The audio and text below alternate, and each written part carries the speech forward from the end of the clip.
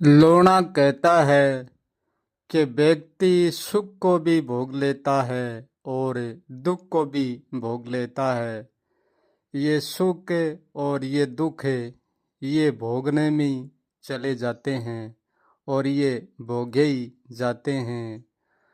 और व्यक्ति अंधकार को भी भोगता है और प्रकाश को भी भोगता है, पूरे अस्तित्व को भोगता है, दृश्य को भी भोगता है और अदृश्य को भी भोगता है। परंतु ऐसा क्या है जो व्यक्ति उसको भोग नहीं सकता और वो व्यक्ति के भोगने के लिए व्यक्ति के अधिकार में नहीं है? ऐसा भी कुछ है कि या नहीं है? आज हम इस रहस्य पर बात करते हैं। लोना कहता है कि ऐसा भी कुछ है जो उस पर व्यक्ति का भोगने का कोई अधिकार नहीं है। व्यक्ति उनको चाह करे और न चाह कर भी उनको कभी भी नहीं भोग सकता। जब तक व्यक्ति सुख और दुख भोगने की आशा बनाई रखता है, जब तक व्यक्ति कभी भी छुटकारा नहीं पा सकता, हमेशा ही भोग में ही उलझा रहता है। क्योंकि कर्म के बिना व्यक्ति रह नहीं सकता और कर्म के बिना व्यक्ति हो नहीं सकता। व्यक्ति एक कर्म है और कर्म ही दुख और सुख का भोग है, अंधकार और प्रकाश का भोग है। ना तो व्यक्ति भोग को चाह करे छोड़ सकता है और ना कभी छोड़ सकता है। जब व्यक्ति दुख भोगता है तो दुख के साथ एक हो जाता है और सुख भोगता है तब सुख के साथ एक हो जाता है। परंतु लोना कहता है कि हम इस कर्म को, इस सुख को और इस दुख को भोग कर करेंगे क्या? ज्ञान भी भोग है, अज्ञान भी भोग है, सब कुछ भोग है। पूरा अस्तित्व भोगने में आता है।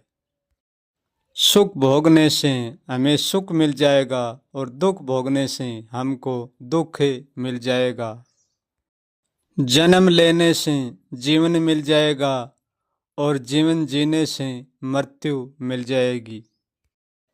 यदि सुख को छोड़ के हम जाएं तो कहाँ जाएं और दुख को छोड़ के हम जाएं तो कहाँ जाएं? क्योंकि हमारे चौफेरे और हमारे इर्द गिर्द और हमारे बाहर भीतर और ये दुख और ये सुख निरंतर बने रहते हैं, क्या जन्म में और क्या मृत्यु में और क्या जीवन में। क्योंकि ये सुख और ये दुख अनंत ही, उसका कोई अंत नहीं है। दुख और सुख को चलकर की और जानकर की कोई भी उनको पार नहीं कर सकता। दुख भोगने का, सुख भोगने का, मृत्यु का, जन्म का उनका कोई अर्थ नहीं है। ये कर्म लीला विचित्र है और ये अर्थहीन है। ज्ञान को भी सुख अर्थपूर्ण लगता है और अज्ञान को भी सुख अर्थपूर्ण लगता है। परंतु सुख और दुख का अर्थहीन होने में कोई हाथ नहीं है, उनका कोई भी दोष नहीं है। सुख को अपने आप में सुख होने का कोई भी पता नहीं है और दुख को भी अपने आप में दुख होने का कोई भी पता नहीं है। सुख कभी भी नहीं कहता है कि मैं सुख हूँ और दुख भी कभी नहीं कहता है कि मैं दुख हूँ। जो कहता है कि मैं सदा सुखी हूँ और जो कहता है मैं दुखी हूँ, वो कहने वाला व्यक्ति है। और सुख और दुख को जो कहता है वो ही लेकर घूमता है। सुख किसी कोई कभी नहीं कहता है कि मैं सुख हूँ और दुख भी कभी नहीं कहता है कि मैं दुख हूँ। और दुख ये भी नहीं कहता है कि मैं आऊँगा, और सुख भी ये नहीं कहता है कि मैं आऊँगा और मैं जाऊँगा। जो सुख और दुख को लेकर घूमता है उसको मैं व्यक्ति नाम देता हूँ। सुख और दुख लेकर घूमने वाले का कोई नाम नहीं होता है, क्योंकि जो सुख और दुख को जानता है वो ही सुख और दुख को लेकर घूमता है। क्योंकि सुख और दुख का कभी भी अंत नहीं होता, क्योंकि उनकी शुरुआत भी नहीं होती है, इसलिए अंत भी नहीं होता है।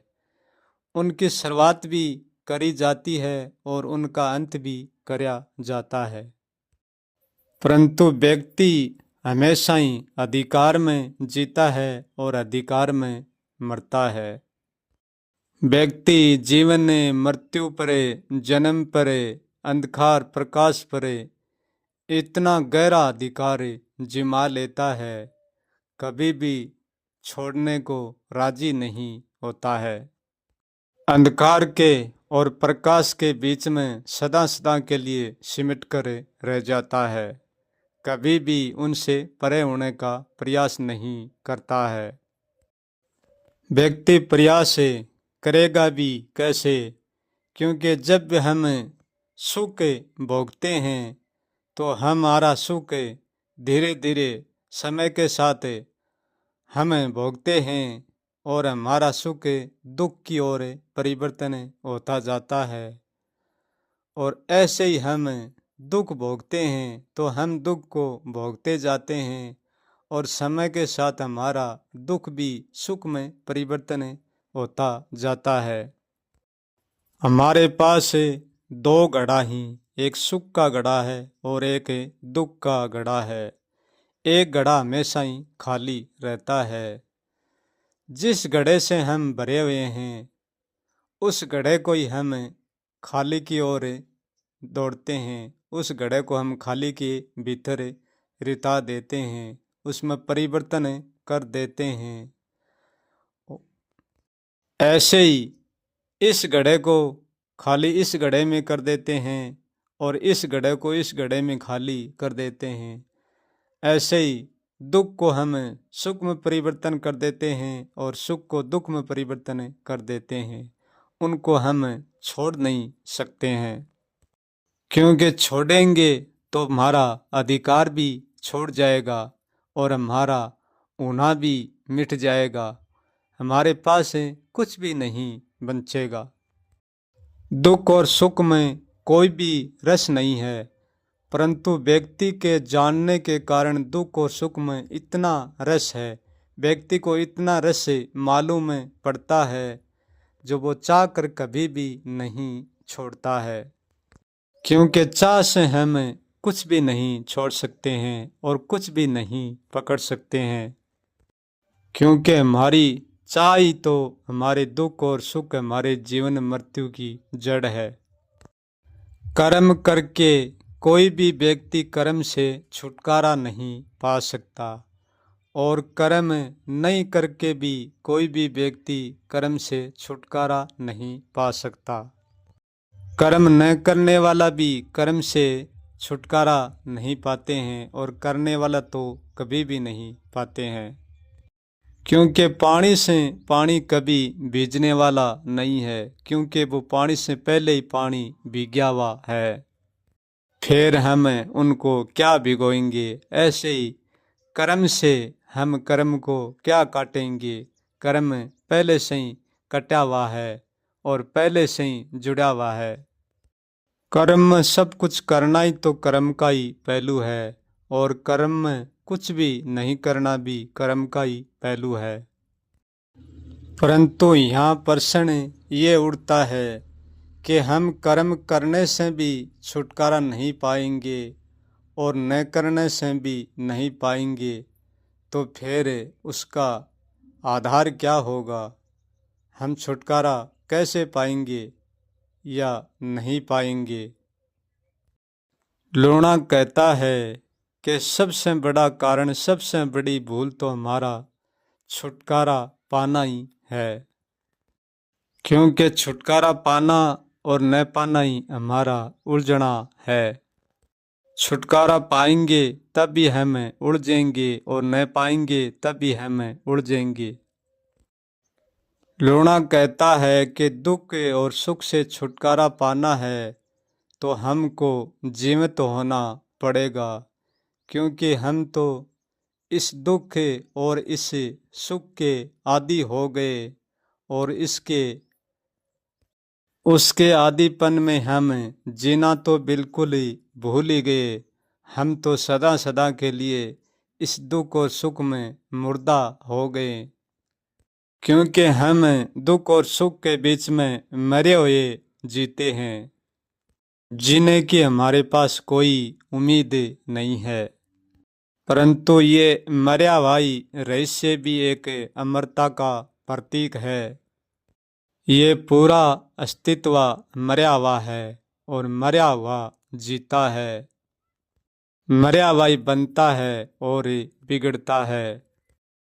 हम पूरे अस्तित्व की जानने की बात करते हैं, ये जानना ही तो हमारा मरना है, क्योंकि सब कुछ जानना मुर्दों की पहचान है और जो जीता है वो अपहचानीय है, वो कुछ भी नहीं जानता। लोणा कहता है कि जिसके पास जानना नहीं है उसके पास मरना भी नहीं है और जन्मना भी नहीं है, होना भी नहीं है और नहीं होना भी नहीं है। जो मर है वो ही अमर है, जो मरता है वो ही अमर होता है। जो नहीं मरता है वो अमर भी नहीं होता है, वो केवल जीता है। जो जीता है उस पर ना तो जानने का अधिकार है और ना उस पर भोगने का अधिकार है, ना उस पर त्यागने का, ना उसमें मरने का अधिकार, ना उसमें जन्मने का अधिकार है। उनमें अस्तित्व का कोई अधिकार नहीं है। जहाँ तक अधिकार है वहाँ तक अस्तित्व ही है। जिस पर हमारा भोगने का अधिकार नहीं है, जानने का अधिकार नहीं है, वो सदा ही अजाननीय रहता है, कभी जानने में नहीं आता है। एक जानना होता है, एक न जानना होता है, दोनों एक ही सिक्के के पहलू होते हैं। जिसमें अजाननीय की बात करता हूँ कि उसको जाना नहीं जाता है, वो अजाननीय है। उसमें कोई सिक्का नहीं है, कोई भी पहलू नहीं है। वो अजानना भी ऐसा अजानना है, अजानना होकर भी अजानना नहीं है। मैं जिसे अजानने की बात करता हूँ उसको कर्म करने पर भी संभव है अजानना और कर्म न करने पर भी संभव है अजानना। हम कर्म करेंगे तभी उस अजानने को अजानेंगे और कर्म न करेंगे तभी उस अजानने को हम अजानेंगे। अजानने का मतलब है उसमें जानने जैसा और कुछ भी नहीं जानने जैसा कुछ भी नहीं होता है। उस रहस्य को वही व्यक्ति जानेगा जो अजानने से जानना संभव कर पाएगा। इस रहस्य को वही व्यक्ति जान पाएगा। जो व्यक्ति जानना भी बंद कर देता है और न जानना भी बंद कर देता है, तब अजानने का मार्ग खुलता है। और अजानने में जानने जैसा होकर भी कुछ नहीं होता है जानने जैसा। जो जानने में जीता है उसका जीवन मृत्यु जन्म सब कुछ होता है, और जो अजानने में जीता है उसका जीवन मृत्यु जन्म शुरुआत अंत कहीं पर भी नहीं होता है। जो अजानने में जीवन जीता है उसका जीवन होकर भी कहीं पर भी जीवन नहीं होता है, और वो अस्तित्व में होकर भी अस्तित्व में नहीं होता है। क्योंकि वो जानने में नहीं आता है इसलिए अस्तित्व में नहीं होता है। जानने में आता है वो अस्तित्व का हिस्सा है, और जो नहीं जानने में आता है वो किसी का भी हिस्सा नहीं है। इसलिए वो जानने में नहीं आता है, सदा अजाननीय रहता है। अजानना तो बोला नहीं जाता है, जितना बोला जाता है वो जानना ही होता है। मैं जानने के द्वारे अजानने की ओर इशारा करता हूँ।